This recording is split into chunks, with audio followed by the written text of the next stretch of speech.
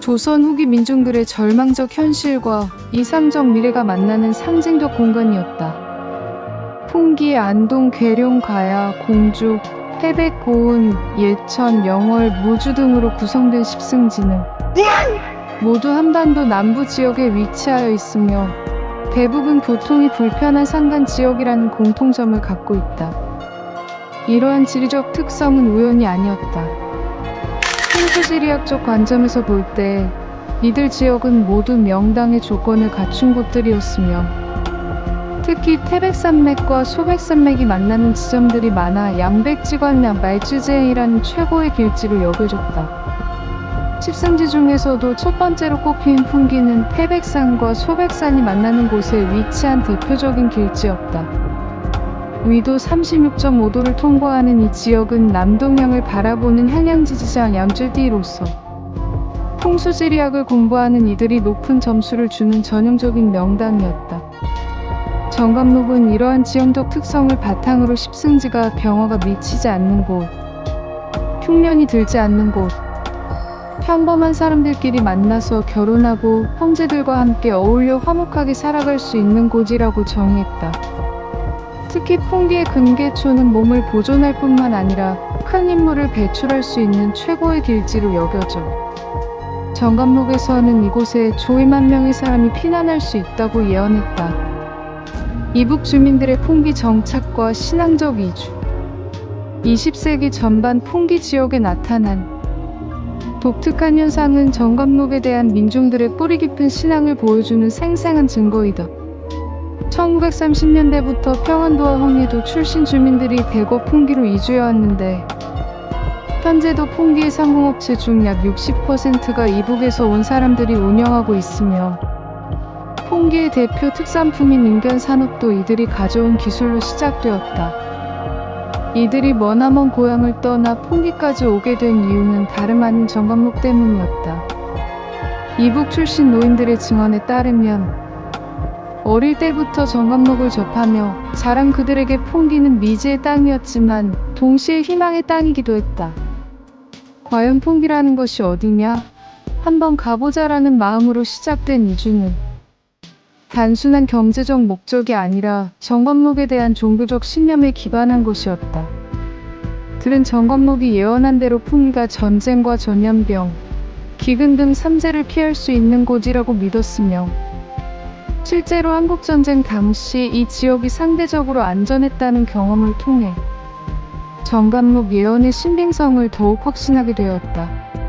금계촌과 같은 첩첩산중의 마을들에는 일제강점기와 해방 후에도 정감록을 믿고 찾아온 사람들이 화전을 일구며 공동체를 형성했으며 20에서 30호 규모의 마을에 정미소까지 있을 정도로 상당한 규모의 정착촌을 이루었다. 정감록이 제시한 십승지의 개념은 단순한 물리적 피난처를 넘어서 근본적으로 다른 사회 질서에 대한 비전을 담고 있었다. 방상무서 예멸사진 세사가 초이반장 오슈 리미에스짐 스스커 처이라는 표현에서 드러나듯이 정감록이 그리는 이상 세계는 양반과 상놈의 구별이 사라지고 기존의 예법과 질서가 해체된 완전히 새로운 사회였다. 이는 성리학적 질서 이후의 세계, 즉 기존 지배 이데올로기를 완전히 뛰어넘는 포스트 성리학 사회에 대한 전망이었다. 양난 이후 조선 사회는 심각한 위기에 직면해 있었다. 영조 제위 기간 동안 연이은 자연재해로 백성들은 인육을 먹을 정도의 극한 상황에 내몰렸고 전체 인구의 7에서 8%가 기근과 질병으로 목숨을 잃었다. 이러한 절망적 현실 속에서 정부는 효과적인 대책을 제시하지 못했고 기존의 지배 질서에 대한 민중들의 불신은 극에 달했다. 이때 정감록이 제시한 십승지는 이러한 현실적 고통으로부터의 탈출구이자 동시에 새로운 사회에 대한 구체적 청사진이었다. 십승지에서는 평범한 사람끼리 만나서 결혼해서 형제들과 함께 어울려 화목하게 살아갈 수 있다고 했는데 이는 신분제에 얽매이지 않는 평등한 인간관계를 의미했다. 또한 지각이 있는 자는 십승지로 들어가라는 표현에서 보듯이 새로운 세상의 주인공은 기존의 양반 계층이 아니라 현실을 올바르게 인식할 수 있는 지혜로운 민중이었다.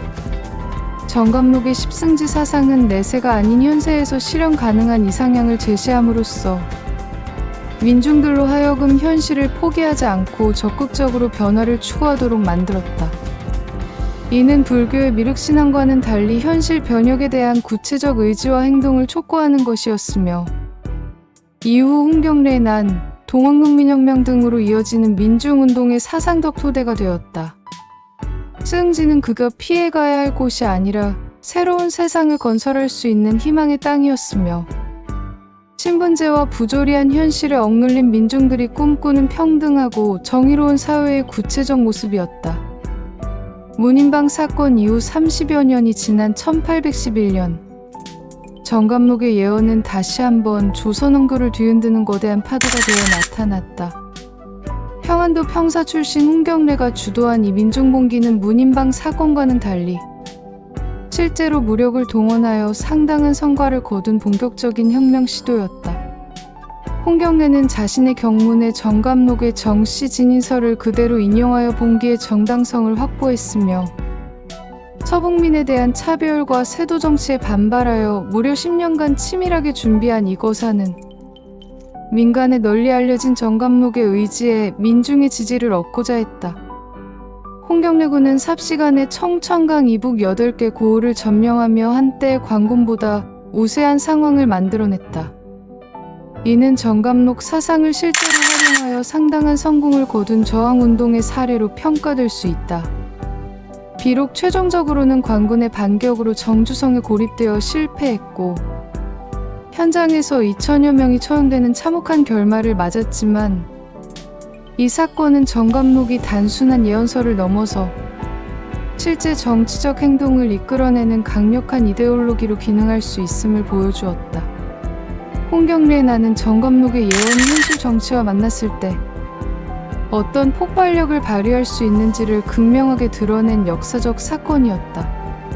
코세기 중반 최재우에 의해 창시된 동학은 정감록 사상의 또 다른 발현이자 발전된 형태였다. 동학의 포교 과정에서 정감록의 영향은 여러 방면에서 확인된다. 가장 직접적인 증거는 최재우가 사용한 궁을부적공 이푸지이다. 이 부적은 불에 태워서 그 재를 물에 타서 마시면 병이 낫고, 전투에서 총알과 화살을 피할 수 있으며 불로장생할 수 있다는 믿음을 담고 있었다. 최재우의 공초 기록에 나타나는 이 궁을부적은 정감록이 예언하는 최고의 피난처인 궁을고이에서 직접 따온 것으로 최재우가 정감록의 깊은 영향을 받았음을 보여준다. 전라북도 고창의 선운사에 있는 미륵불, 목 뒤편에는 세상을 뒤집을 수 있는 비결이 감춰져 있다는 전설이 전해져 왔는데, 동학의 접주 손화중이 이 비결을 탈취하면서 동학이 급속도로 세력을 확장했다는 기록이 있다. 이는 동학이 포교 과정에서 정감록을 비롯한 민간 신앙을 적극적으로 활용했음을 시사한다. 최재우가 지은 한글 경전인 용담이샤에 나타나는 후천개벽의 세계관 역시 정감록 사상과 많은 유사점을 보인다. 부하고 귀한 사람 이전 시절 빈천이요, 빈하고 천한 사람 오는 시절. 부기로세라는 표현은 정감록이 예언한 신분제 해체와 민중중심 사회의 도래와 정확히 일치한다. 1894년 전봉준을 중심으로 일어난 고부밀란과 동학농민혁명은 정감록 사상이 실제 혁명으로 발전한 가장 대표적인 사례이다. 고부군수 조병갑의 횡포와 착취에 대항하여 일어난 이 봉기는 처음부터 민중들의 열렬한 지지를 받았다. 났네? 났어. 난리가 났어. 에이 참 잘됐지. 그날이 오기만 기다리더라는 당시 백성들의 반응에서 알 수 있듯이 이들은 단순히 개별적 부조리에 대한 저항이 아니라 오랫동안 기다려온 세상의 변화가 시작되었다고 인식했다. 농민군들이 사용한 부적과 구호, 그리고 그들의 최종 목표가 서울, 즉 조선왕도 자체였다는 점에서 정감록적 내용과의 유사성을 발견할 수 있다. 동학농민혁명의 지도자들은 정감록의 사상적 요소를 직접적으로 활용했다. 민중봉기를 촉구하는 경문의 내용과 구조가 정감록의 예언과 매우 유사했으며 혁명의 궁극적 목표 역시 기존 질서의 완전한 전복과 새로운 사회의 건설이라는 점에서 정감록이 추구하는 이상과 일치했다. 이는 정감록이 민중들에게 단순한 미신적 믿음이 아니라 현실 변혁을 위한 구체적 행동 지침으로 받아들여졌음을 의미한다. 조선왕실은 정감록의 위험성을 정확히 인식하고 있었다. 대원군과 명성황후는 정감록의 예언을 무력화하기 위해 계룡산 일대 절들의 이름을 개명하는 등 상징적 대응책을 실시했다. 연천사를 압정사로, 신원사를 신흥사로 바꾸는 등의 조치는 정씨의 기운을 누르고 조선 왕조의 신명을 도모하려는 의도였다. 또한 왕실에서는 성리학을 더욱 강조함으로써 정감록과 같은 사학을 뿌리 뽑고자 했지만 이러한 노력은 오히려 정감록의 영향력이 얼마나 광범위하고 뿌리 깊었는지를 반증하는 결과가 되었다. 정감록의 진정한 힘은 그것이 민중들의 현실적 고통과 미래에 대한 희망을 동시에 담아냈다는 데 있었다. 이 예언서는 절망적 현실로부터 도망가는 것이 아니라 현실을 정면으로 직시하면서도 그것을 뛰어넘을 수 있는 대안적 비전을 제시했다.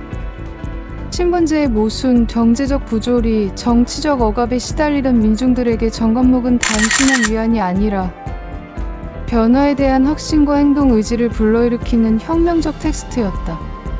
비록 정감록을 바탕으로 한 여러 시도들이 번번이 실패했을지라도 꿈꾸기를 포기하지 않았던 민중들의 의지에 의해 역사는 계속해서 진보해 나갔으며 정감록은 그 정신적 동력의 원천이 되었다. 이렇게 정감록은 조선 후기부터 근대에 이르기까지 한국사에 지속적이고 깊이 있는 영향을 미친 민중 사상의 걸작으로 자리매김했다.